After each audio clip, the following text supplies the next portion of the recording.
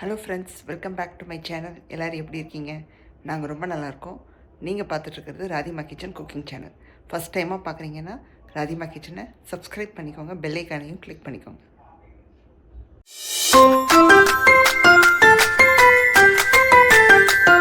இன்றைக்கி நம்ம சேனலில் ஒரு சூப்பரான ஒரு நான்வெஜ் ரெசிபி தாங்க பார்க்க போகிறோம். ஸ்கிப் பண்ணாமல் பாருங்கள். வாங்க வீடியோ ஸ்டார்ட் பண்ணிடலாம். நாங்கள் வந்து பார்த்திங்கன்னா மோஸ்ட்லி வியாழன் அண்ட் சனிக்கிழமை நான்வெஜ் எடுத்துக்க மாட்டோங்க. மற்ற எல்லா நாளும் சாப்பிடுவோம். ஸோ போன வாரம் வந்து வெள்ளிக்கிழமை கார்த்திகை தீபம் வந்துச்சு. ஸோ வியாழக்கிழமை நாங்கள் எப்போவும் இருந்துட்டோம். வெள்ளிக்கிழமை கார்த்திகை தீபம் வந்துடுச்சு. சனிக்கிழமை பார்த்திங்கன்னா நாங்கள் சாப்பிட மாட்டோம். ஆனால் வந்து எங்கள் ஹஸ்பண்டோட பிரதர் வந்து இந்தியாவில் ஐயப்பனுக்கு மாலை போட்டிருந்தார். ஸோ மலையேற போகிறாரு அப்படின்னு எங்கள் வீட்டில் அத்தை சொல்லியிருந்தாங்க.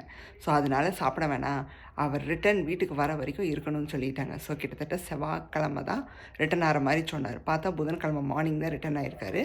ஸோ இன்றைக்கி வந்து பார்த்திங்கன்னா புதன்கிழமை, கிட்டத்தட்ட வியாழக்கிழமையிலேருந்து கவுண்ட் பண்ணால் 6 நாள் நாங்கள் சாப்பிடவே இல்லைங்க. ஸோ எப்போவுமே வந்து இந்த மாதிரி இருந்தது கிடையாது. ஸோ இந்த வாட்டி ஐயப்பனுக்கு இருந்தால் நல்லா இருக்குமே அப்படின்னு தோணுச்சு எங்களுக்கு. நம்மளும் சாப்பிடாமல் இருந்தால் நல்லா தானே இருக்கும் அப்படின்னு. ஸோ கிட்டத்தட்ட 6 நாள் கழித்து இன்றைக்கி தாங்க சமைக்கிறோம். நடுநடுவில் பார்த்திங்கன்னா போன வாரம்லாம் சிம்பிளாக தான் பண்ணிக்கிட்டோம், வெஜிடேரியனில் பண்ணிக்கிட்டோம். அதனால தான் நான் பெருசாக வீடியோ எதுவும் எடுக்கலை. ஏன்னா பாசிப்பயிறு கிரேவி பண்ணுறது, ஒரு நாள் காலிஃப்ளவர் தொக்கு பண்ணுறது, இதெல்லாம் வந்து நான் பல வாட்டி வீடியோஸில் போட்டிருக்கேன். அதனால தான் எடுக்கலை. அதுக்கப்புறம் இன்றைக்கி தான் நாங்கள் சமைக்க போகிறோம். வாங்க வீடியோவை பார்க்கலாம். இப்போ வந்து பார்த்தீங்கன்னா கடாய் சிக்கனுக்கே உரிதான ஒரு மசாலா பவுடர் ஒன்று ஃப்ரெஷ்ஷாக நம்ம வறுத்து அரைச்சி எடுத்துக்க போகிறோம். அதுக்கு வந்து ஒரு பேன் வச்சுருக்கேன். அதில் ஃபஸ்ட்டு சேர்த்துக்கக்கூடியது தனியா, முழு தனியா. நீங்கள் எந்த அளவுக்கு செய்யறீங்களோ குவான்டிட்டி வைஸ் பார்த்து சேர்த்துக்கோங்க. நான் வந்து ஒரு டீஸ்பூனுக்கு தனியா சேர்த்துருக்கேன். இது கூட வந்து பார்த்தீங்கன்னா ஒரு 1/4 டீஸ்பூனுக்கு சீரகம், அதே ஒரு 1/4 டீஸ்பூனுக்கு சோம்பு,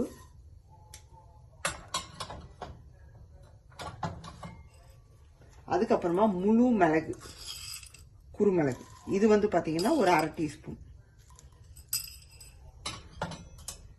சேர்த்துட்டு இதை நல்லா வந்து நம்ம வறுத்து எடுத்துக்க போறோம். வந்து பார்த்தீங்கன்னா நீங்கள் காஞ்ச மிளகா கூட சேர்த்துக்கலாம். பட் எங்களுக்கு வந்து நாங்கள் யூஸ் பண்ணுற காஞ்ச மிளகா அந்த அளவுக்கு காரம் இல்லை. அதனால நான் காஞ்ச மிளகா தவிர்த்து மீதி எல்லாமே சேர்த்துருக்கேன். இதை மட்டும் நம்ம வறுத்து அரைச்சி எடுத்துக்கோம். நீங்கள் வந்து காஞ்ச மிளகா யூஸ் பண்ணிக்கலாம் இதோட உங்கள் காரத்துக்கு ஏற்ப. எல்லாம் வறுப்பட்டுருச்சு. ஆஃப் பண்ணிட்டு இதை பவுடர் பண்ணிக்கலாம். நம்ம வறுத்ததை வந்து நான் இந்த மாதிரி ஒரு டிஞ்சில் போட்டிருக்கேங்க, இடி உரலில் போட்டிருக்கேன். நீங்கள் மிக்சியில் கூட போட்டு பவுடர் பண்ணிக்கலாம். பட் இடி உரலில் இடித்து சேர்க்கும் போது நல்லா வந்து வாசமாக இருக்கும், இன்னும் எக்ஸ்ட்ரா ஒரு ஃப்ளேவர் கிடைக்கும். ஸோ இதில் நம்ம பவுடர் பண்ணிக்கலாம். பாருங்க எப்படி வெடிக்குது. அந்த சூட்லேயே வந்து நம்ம பொடி பண்ணிக்கணும். இங்கே பார்த்தீங்கன்னா சூப்பராக பவுடர் ஆயிடுச்சுங்க. மிக்சியில் போட்டால் எப்படி பவுடர் பண்ண முடியுமோ அந்த அளவுக்கு ஆயிடுச்சு. சூப்பர் ஸ்மெல் கொடுக்குது. இது இப்படியே வச்சிருவோம். நம்ம இந்த கடாய் சிக்கனுக்கான மசாலாவை ரெடி பண்ணிக்கலாம். இப்போ கடாய் சிக்கன் பண்ணுறதுக்கு ஒரு பேன் வச்சாச்சுங்க. அதில் எண்ணெய் ஊற்றிக்கலாம். தேவையான அளவு எண்ணெய் விட்டு அது நல்லா சூடாகட்டும். எண்ணெய் சூடானதும் நம்ம சீரகம் மட்டும் தாளிப்புக்கு சேர்த்துக்கிறோம். சீரகம் பொரிஞ்சதும் வெங்காயம் சேர்த்துக்கலாம். சீரகம் நல்லா பொரிஞ்சதும் இங்கே வெங்காயம் வெட்டி வச்சிருக்கேன். ஒரு வெங்காயம் ஃபுல் அண்ட் ஃபுல் அதை உள்ள சேர்த்துடலாம்.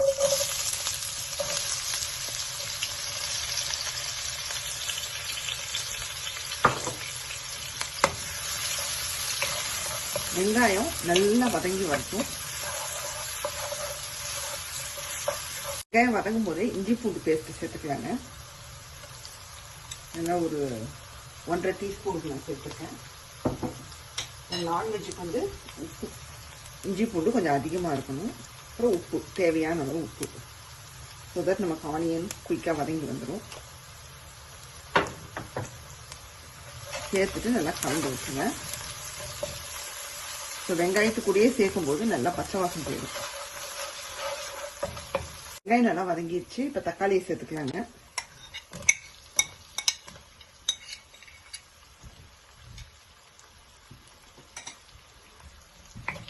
தக்காளியும் நல்லா பஞ்சு மாதிரி வதங்கி வரட்டும். நம்ம சிக்கனை சேர்த்துக்கலாம். தக்காளி வதங்கினதும் சிக்கனை போட்டு நம்ம நல்லா வந்து சொட்டை பண்ணிக்கலாங்க. நான் வந்து 2 லெக் எடுத்து வச்சிருக்கேன். நீங்கள் வேணும்னா கட் பண்ணியும் ஆட் பண்ணிக்கலாம். நான் முழுசாக போடுறேன்.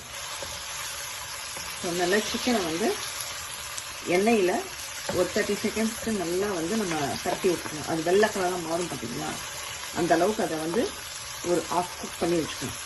அதுக்கப்புறம் மசாலா பொடியெல்லாம் சேர்க்கணும்.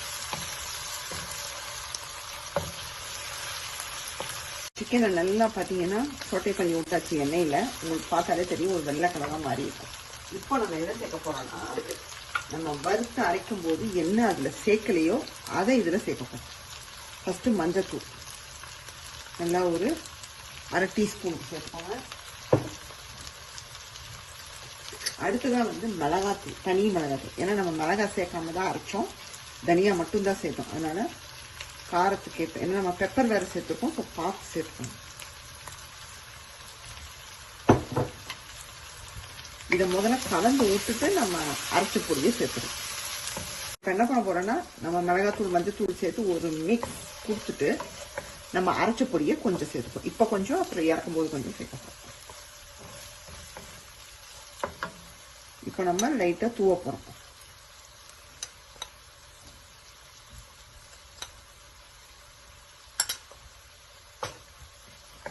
தூவிட்டு அந்த கிரேவியை நல்லா கலந்து விட்டுட்டு தண்ணி விட்டு சிக்கனை குக் பண்ணி எடுத்துக்கணும். இது வந்து தரோவாக குக் ஆகணும். சிக்கன்லேருந்து தண்ணி விடும், அது போக எவ்வளோ தேவையோ அவ்வளோ ஊற்றிக்கோங்க.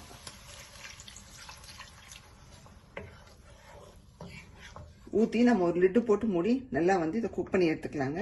இங்கே பார்த்தீங்கன்னா நமக்கு சிக்கன் சூப்பராக வெந்து மசாலாவில் உள்ள அந்த எண்ணெயே வந்து வெளியே வந்துடுச்சுங்க. சூப்பராக ரெடி ஆயிடுச்சு. அண்ட் டேஸ்ட்டும் சூப்பராக இருக்குது. இப்போ ஃபைனலாக என்ன பண்ண போகிறோன்னா, நான் வந்து முந்திரி பேஸ்ட் அரைச்சி வச்சுருக்கேன். ஒரு 5-6 முந்திரியை நல்லா நைஸாக அரைச்சி வச்சுருக்கேன். இது வந்து ஒரு எக்ஸ்ட்ரா கூடுதல் டேஸ்ட்டை கொடுக்கும், கூடுதல் ரிச்னஸை கொடுக்கும்.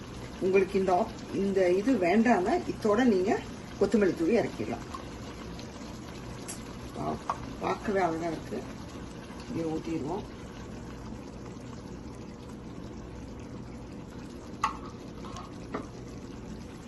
ஊற்றிட்டு நல்லா கலந்து விட்டுறலாங்க.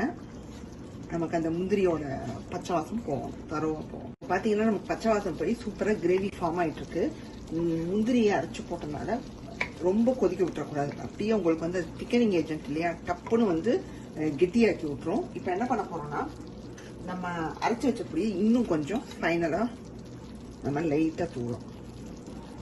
நீங்கள் மிடில் போட்டோம் பார்த்தீங்களா ரெசிபியில், அதுவே போதும்னா விட்டுறலாம். தூவிட்டு மேற்கொண்டு கொத்தமல்லியை தூவி இறக்குனீங்கன்னா நம்மளுடைய கடாய் சிக்கன் ரெடி. இன்றைக்கான வீடியோ பார்த்துருப்பீங்க. கண்டிப்பாக உங்களுக்கெல்லாம் பிடிச்சிருக்குன்னு நான் நம்புகிறேங்க. பிடிச்சிருந்தா ராதிமா கிச்சனை லைக், ஷேர் அண்ட் சப்ஸ்கிரைப் பண்ணிடுங்க. பெல் ஐக்கானையும் கிளிக் பண்ணிடுங்க. உங்களுக்கு வேறொரு வீடியோவில் சந்திக்கிறேன். Bye, see you soon.